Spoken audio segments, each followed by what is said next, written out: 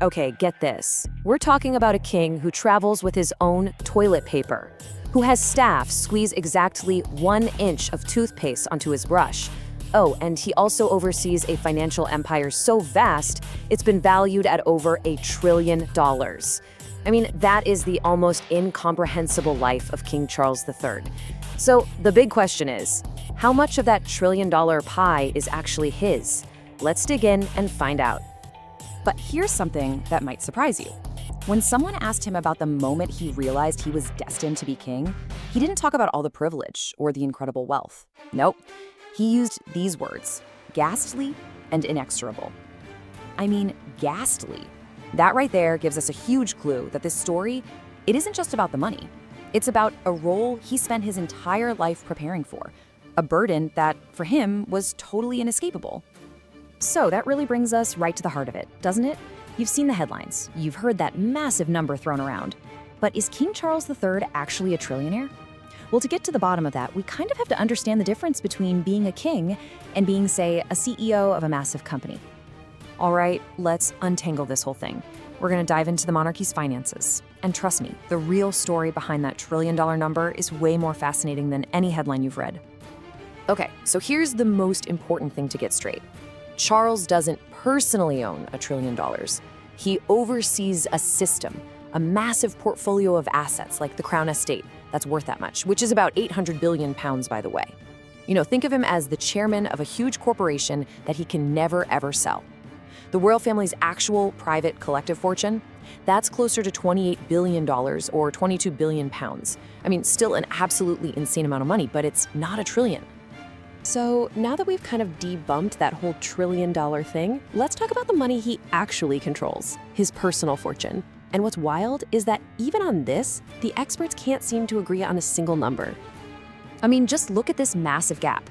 In 2023, you had the Sunday Times estimating his personal net worth at around 640 million pounds.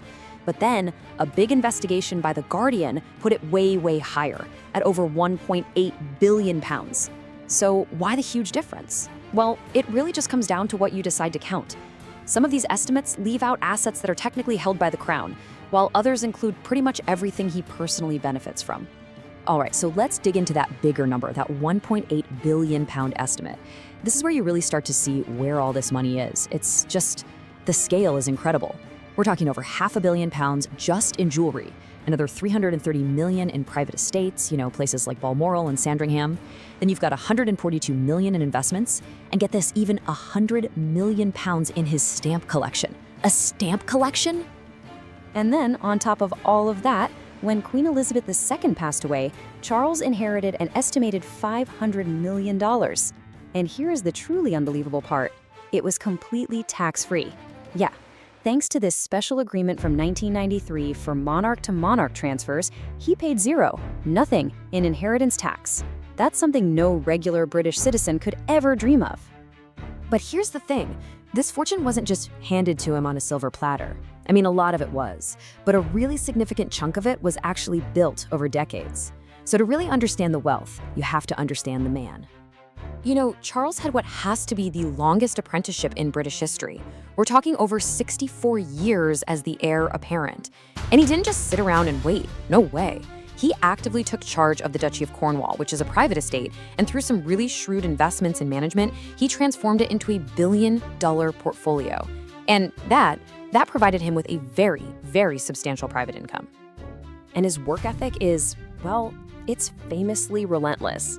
I mean, his day starts early, sure, but what's truly incredible is how dedicated he is to squeezing every last drop out of every single minute.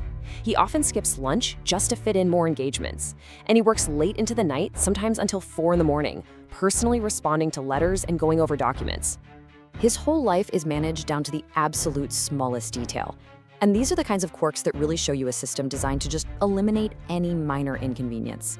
I mean, from the exact 1 inch of toothpaste on his brush to, yes, bringing his own toilet paper on trips, everything is meticulously organized so he can keep up with that demanding schedule.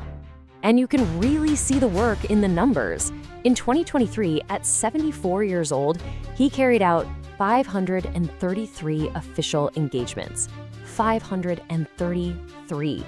That was enough to officially make him the hardest working member of the royal family, just barely beating out his sister, Princess Anne. But here's what makes that statistic just absolutely remarkable. He did all of that while he was undergoing weekly treatment for cancer. I mean, that level of commitment to his duty, especially in the face of such a serious illness, it's genuinely extraordinary. So, okay, we've talked about all this activity, all this wealth, which brings up a pretty crucial question, right? Who's actually paying for all this? Well, the official funding that comes from the government is called the Sovereign Grant, and for 2023-24, that was about £132 million. But that's not the whole story, not even close. When you start to factor in other costs, especially security, the estimated true annual cost to the public is actually closer to £500 million. So, where does that official money actually go? Let's break it down. The biggest piece of the pie, over £41 million, is for maintaining all the royal properties. Another $34 million goes to staff payroll. That's for over 500 employees. And then almost $5 million is spent just on travel for official duties. All right, let's zoom out for a second and put his fortune into a bit of a global context. How does King Charles stack up against other world leaders and, the mega billionaires? So while his personal wealth is obviously immense, he's actually not the richest royal in the world, not by a long shot. He's way behind rulers like King Salman of Saudi Arabia or the Prince of Liechtenstein, guys whose fortunes are built on things like oil and banking. And of course, when you compare him to modern tech billionaires like Elon Musk, his personal fortune starts to look almost modest. And the key to how the whole monarchy is funded really comes down to this one unique thing, the Crown Estate. What is it? Well, it's a gigantic portfolio of land and property. We're talking prime London real estate, almost half the entire UK coastline. It's huge. And technically, it's owned by the monarch, but, and this is a big but, not as a private citizen. He can't sell it, and all the profits it makes go straight to the UK Treasury. And the value of this thing is just staggering. It's around £16 billion or $20 billion. So a chunk of the profits from this estate is then given back to the king in the form of that sovereign grant we talked about, and that's what funds his official duties. It's a really complex system, right? It makes the monarchy something that's not quite public, but not quite private either. And all of this kind of brings us full circle, right back to where we started, right back to that quote. Because for all the billions of dollars, all the palaces, and all the privilege, it really does seem like Charles has always understood the immense and completely inescapable weight of the job he was born into. Which really just leaves us with one final thought. We've looked at the extraordinary wealth, for sure, but we've also seen a lifetime of preparation and a truly relentless dedication to duty, even through a serious illness. So the defining question for his reign really is this. In our modern world, can a lifetime of service justify a lifetime of inherited privilege? It's a question that gets right to the very heart of what a monarchy even means in the 21st century.